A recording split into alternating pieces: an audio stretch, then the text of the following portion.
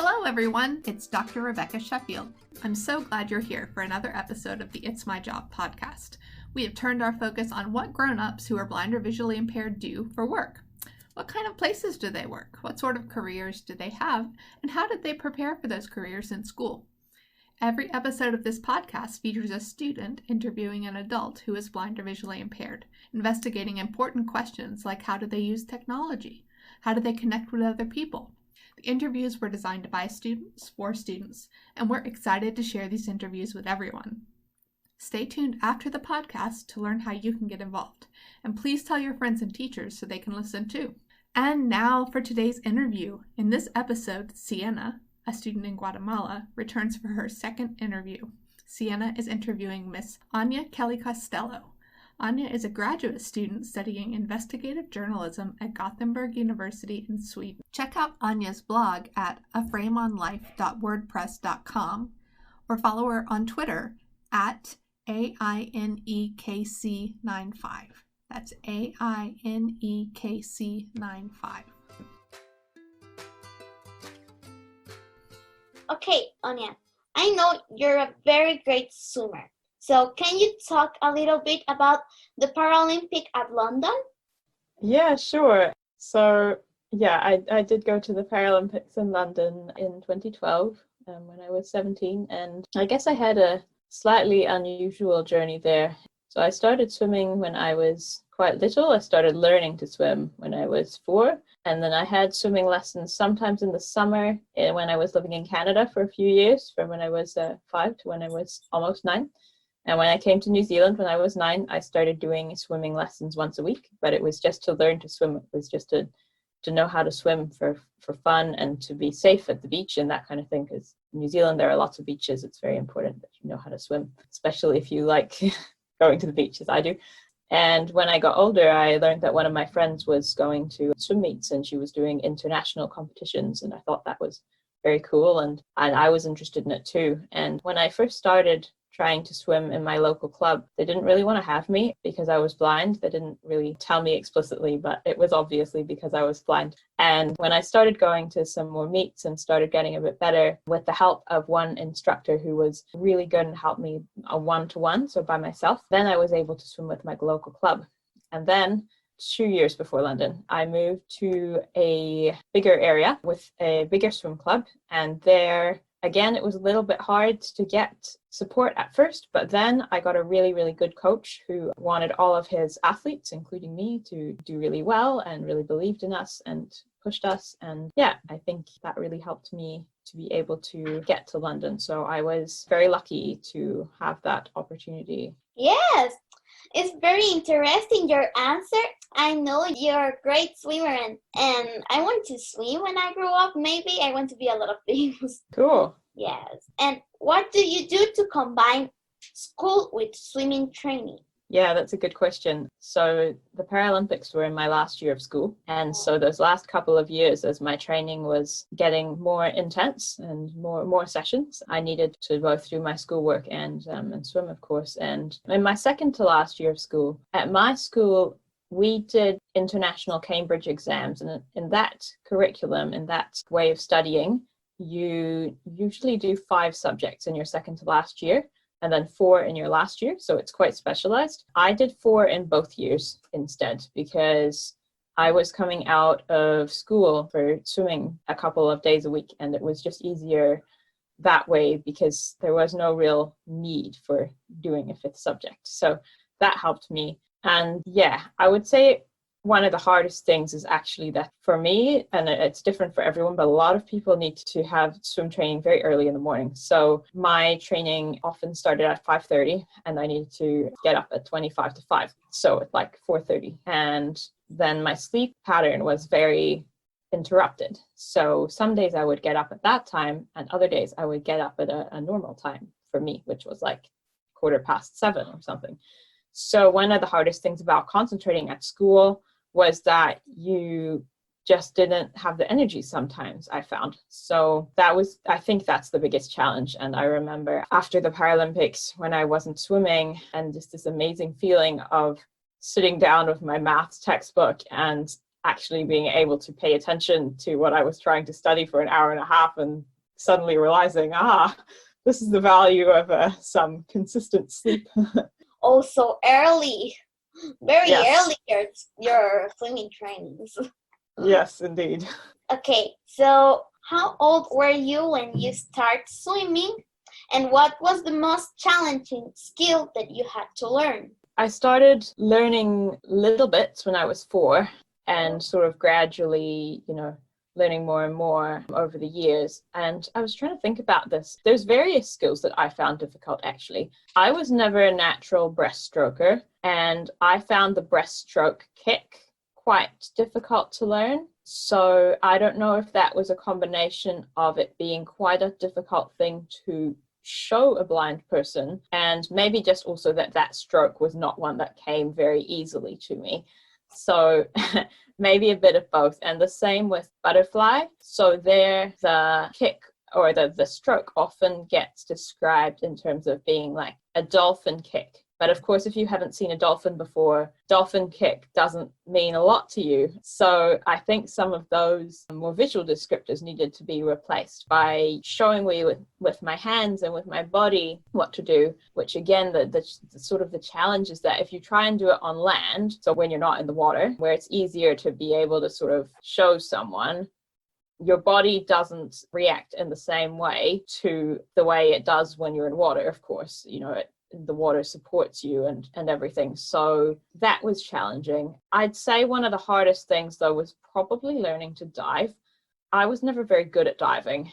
I did it when I was sort of 11 or 12, and then I stopped for a while because you are actually allowed to start in the water in the category that we would be, so totally blind swimmers. And I was so bad at it that I did actually start in the water for a few years. And then with the help of one person in particular, and then just doing it one-on-one with someone, so learning individually by myself, I did eventually get better, but I just needed to practice it a lot. Another thing with swimming, if you're a blind person, is needing to go straight down the lane rope and finding ways to touch the lane rope which are safe basically and which work well, because if you put your hand at the wrong angle to the rope, you can get your fingers stuck and you can cut your hands and all kinds of things. So it's good to find ways of sort of touching the rope that don't get your hand stuck in a funny position, especially if you're trying to go quickly. Oh, wow, thank you.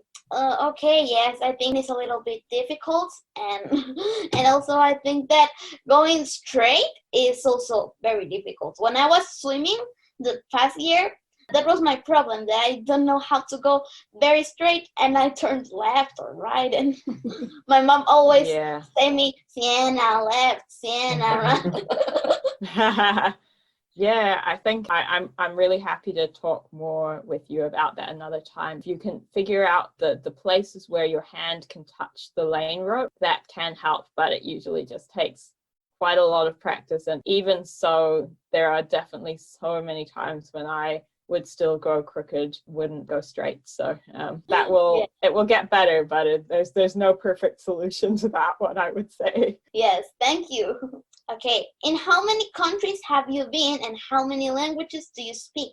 Okay, I was really glad that you gave me advance warning of this question. I counted that I've been to 18 countries, which I'm very lucky about. Not Guatemala, though, unfortunately. But I've been to various places in Europe, not Eastern Europe, though. In Asia, I have only been to Singapore for a couple of days and Japan for a couple of weeks. Yeah, I lived in Canada for a while. I've been to the US quite a few times. Obviously lived in New Zealand for most of my life, and then I've been to Australia quite a lot. So I'd say a lot of the countries I've been to are English speaking, but not all of them. But I've never been anywhere in Latin America, so I would love to travel there one of these days. Languages. I speak English as my native language, Spanish, French, and Swedish. Wow, there's a lot of countries. 18 is a lot. Yeah, I'm lucky to have had a lot of opportunities to travel, and also just been in a family that moved around a bit. Okay, you're welcome here. Oh, thank you. And you guys are very welcome wherever I am as well once we don't have so much restrictions about how we can move around. Okay, and I would like to know, what kinds of jobs have you ever done? Which was your favorite and why? One of my first jobs was proofreading Braille. So in the summer one year, I worked at the organization that transcribes materials into Braille for blind people, and I looked over the Braille, and then somebody else would look at the print and we would check that it was all correct. So that's proofreading. And another one of my early jobs, if you can call it a job, was in my first year of university.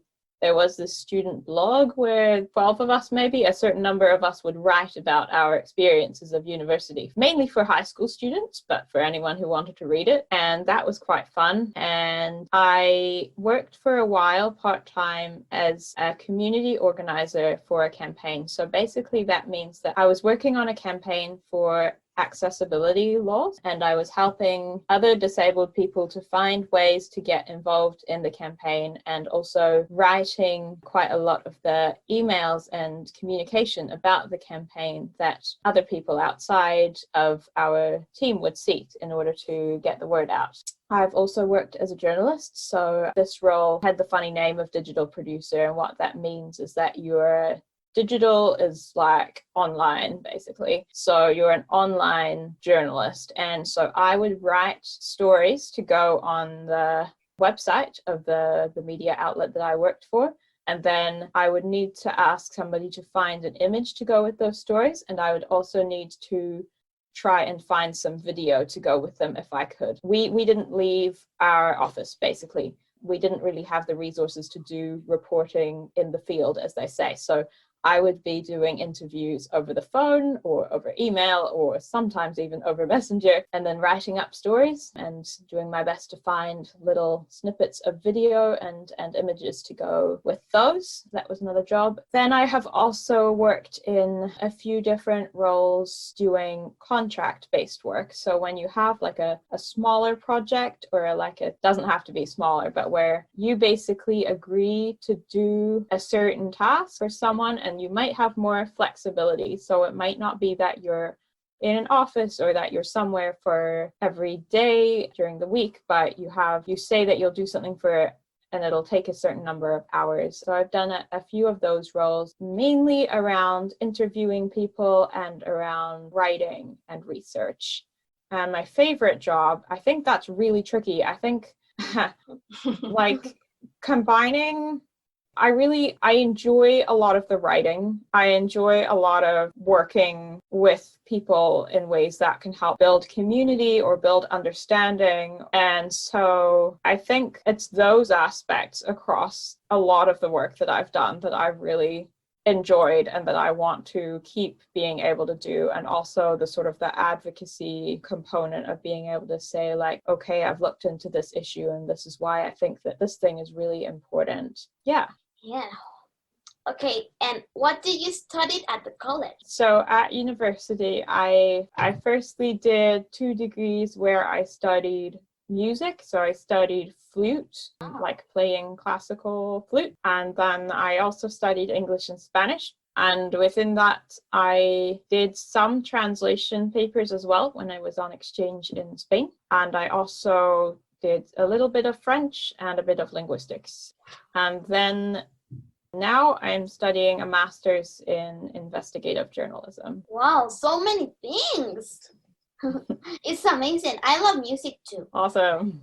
Yes, and languages. And which of these studies do you think have helped you more in the things that you like to work the most? You know, that's a really good question, and it's not one that I've given a whole lot of thought to before. One thing I thought about was, as part of my arts degree, so that's the one where I did English and Spanish, I was able to do an internship with Transparency International New Zealand. So that's an organization that looks at all kinds of aspects around transparency and corruption and these things. And as part of that, I was able to write a report where, what exactly I was looking at is not particularly important. It was about basically releasing information proactively and comparing Spain and New Zealand.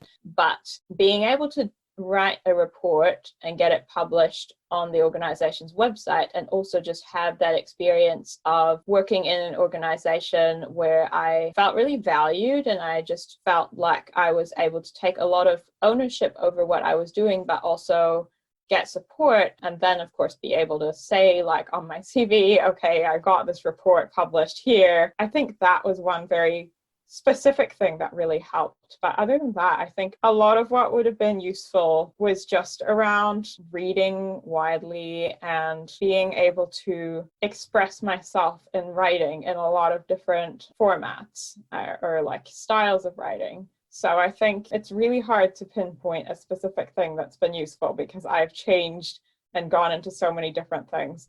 But I'd say one area which wasn't my studies, but which was very relevant, was that in university I was involved in trying to get our university to take its money out of the fossil fuel industry, so to not invest in coal, oil, and gas because it's bad for the climate.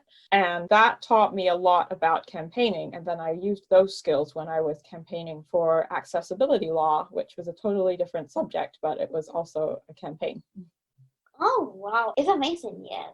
I also love to write. Mm-hmm. Yeah, the last question. I know you're studying investigative journalism, and why do you choose this subject? Good question. I really enjoy longer reporting. So basically being able to go in depth into a topic and really ask difficult questions and come to a broader understanding of why something is happening in the way it is, and then to be able to share that, which often isn't something that's widely known, with a lot of people. I think that's really useful. And I also, because I am not sure whether I want to do more journalism or advocacy or both, I think that this field can in many ways be a bridge, because the methods that you learn for investigating or for researching can be used whether you end up writing reports for advocacy organizations or whether you end up doing journalism. And also, more and more, journalism can play a role where, as long as you are transparent about how you're writing it and what your perspective is and how you've looked into your story, journalism can also play more of an advocacy role, I think. So that was why. And then this particular program had an international focus. A lot of us, probably about 2/3 of the class, are international students. And there was also a whole course to do with learning about journalism in different countries. So I liked that. And there was also a course about data journalism. So learning to analyze and use large amounts of data in our work as journalists. So they were some really useful skills that I think will be very helpful in the future. Oh, yes, it's very interesting. Yes, I think it's very interesting, very amazing.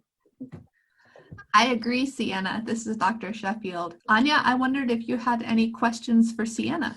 Yeah, tell me how your swimming classes are going. Okay, so in my swimming class, in the school, I have swimming classes, but we are divided in groups because we are 30 students in the class. Wow. So 15 go to sports class, and the other 15 go to swimming class, and 3 months is like that. And the other 3 months, the girls that are in sports has to be in the swimming classes, and the ones that are in the swimming classes have to be in sports class. So in my swimming class, I go very, very good, but I think I was learning more the past year, because in November, yeah, like that, I went to a club where there's a pool, and my parents teach me how to swim and how to float in the pool. So I think I learned to swim very, very well in this month that I went to the club. Cool, yeah. Sometimes having that little bit of extra support outside of an environment where you have so many other students in the class with you can be really helpful, Yeah. huh? I also know that you're learning Mandarin. Tell me how that's going. Okay, so I am learning Chinese, yes, and I am learning it in an app named Duolingo. And in this app, you can learn languages. So 5 minutes daily. You have to go to this app and play a game that you have to translate sentences and to select pairs. So it's very fun. And I already know how to say my name, how to say what's your name. For example, I want to present me. 你好，我名字叫 Sienna. 你叫什么名字? Cool. I'm afraid I don't know how to respond, but awesome. Yes. And is that accessible? Are you able to use the app by yourself? Yes, because I use my app in my iPad, so I have the voiceover that's telling me the things that I press and other things. Oh, and I want to say what it means. For example, 你好 means hello. 我名字叫 Sienna is my name is Sienna. 你叫什么名字 is what's your name. Cool. Awesome.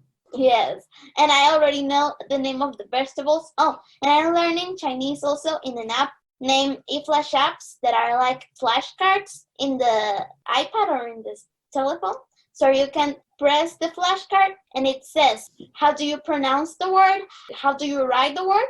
And the thing that means. So it's very fun because, for example, you can learn English in this app, Chinese, and other languages. Oh, cool. That's really good that you found an accessible way of testing yourself with the vocabulary, because lots of times those flashcard apps are really hard to use. So that's good to know. Yes. I am trying to practice more my English too, because everything is in English. The Braille note is in English. The other technology, for example, to learn how to code and other things are in English. So almost everything is in English. So I am really impressed by your English, I have to say. Yeah, you're doing a great job. Keep it up. Thank you. I agree. Again, this is Dr. Sheffield, and I just talking to the both of you, I can't wait to check in with you in 2 years and see how many great places you are both going. This is a really interesting conversation. As we get to the end of our episode today, I wondered if Áine and Sienna, if you would give some suggestions to our audience for things or ways that they can stay connected or entertained or continue learning while they are at home, since many of us are learning and working from home right now. Who would like to go first? You can start, Sienna, if you want. Yes, I'm going to start. I would like to say that some way that you can entertain is to play in family.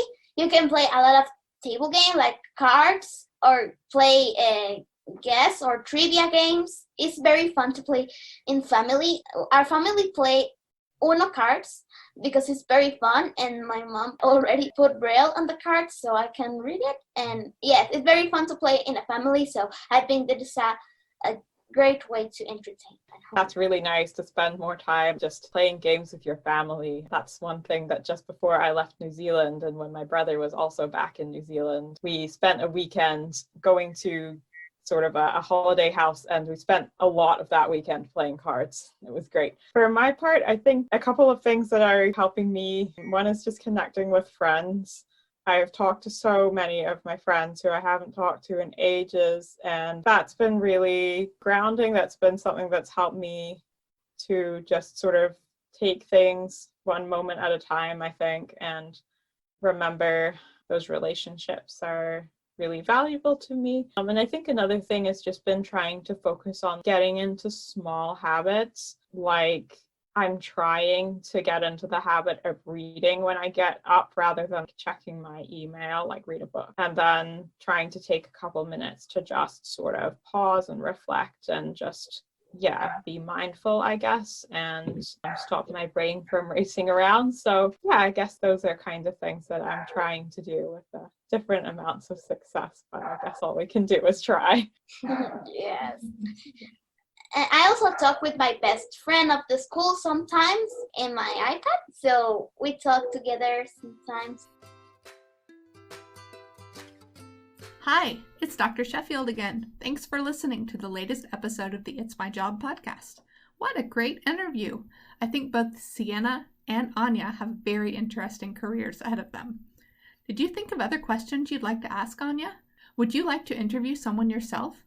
Or maybe you have a suggestion of who we should interview next. We would love to hear from you. One way to reach us is by phone. Our phone number is 202-688-5044. That's 202-688-5044. You can call us and leave a voicemail, or you can send a text message. If you ask us a question about one of our interviews, we'll try to read the answer in a future podcast. Let us know if it's okay to share your first name and where you're from. And make sure to ask your parents if it's okay too. We also have an email address for questions and comments. That's going to be askitsmyjob@gmail.com with no spaces. So askitsmyjob@gmail.com. No spaces and no apostrophe. And you can find us on Facebook. Just search for Ask It's My Job. We've set up a Google Classroom where you can participate in online discussions about our podcast interviews. Teachers can share lesson plans, ideas, and connect with other teachers. To access the Google Classroom, you need to be logged into a personal Google account, not a school or business account. Then go to classroom.google.com and enter the class code USULXEQ. That's USULXEQ. Each of our episodes is also on the Perkins Paths to Technology blog. Check us out and leave us a comment at perkinselearning.org/technology. And finally, we have a YouTube channel called It's My Job, where you'll find all of our podcasts. If you missed episode 4, head over to YouTube to hear what Mohammed learned from Ms. Stafford about a career in teaching students with visual impairments. This was our 5th episode, and we want to make many more, but we need your help.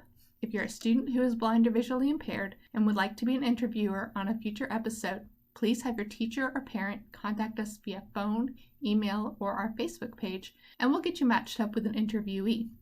We'll ask you to prepare 10 questions for your interview and then set up a time to record the interview over the phone or over the computer. Don't worry, it's easy and we'll help you. If you're an adult who is blind or visually impaired and would like to be interviewed, please send us a message via email, phone, or Facebook, and we'll get back to you. Once again, our phone number for text messages and voicemail is 202-688-5044. Our email address is askitsmyjob@gmail.com. We have a lot to be thankful for in this episode. Thanks to Sienna and her family for a great interview, and to Ms. Áine Kelly-Costello for sharing her time as our interviewee. This interview was facilitated by me, Rebecca Sheffield. Thanks to Diane Bronner of Perkins Paths to Technology for the blog posts. Our music is from purpleplanet.com. And with so many of us working and studying from home, we hope this podcast is becoming a great opportunity to learn from each other and increase awareness about all the amazing jobs that are being done by people who are blind or visually impaired. Have a great day.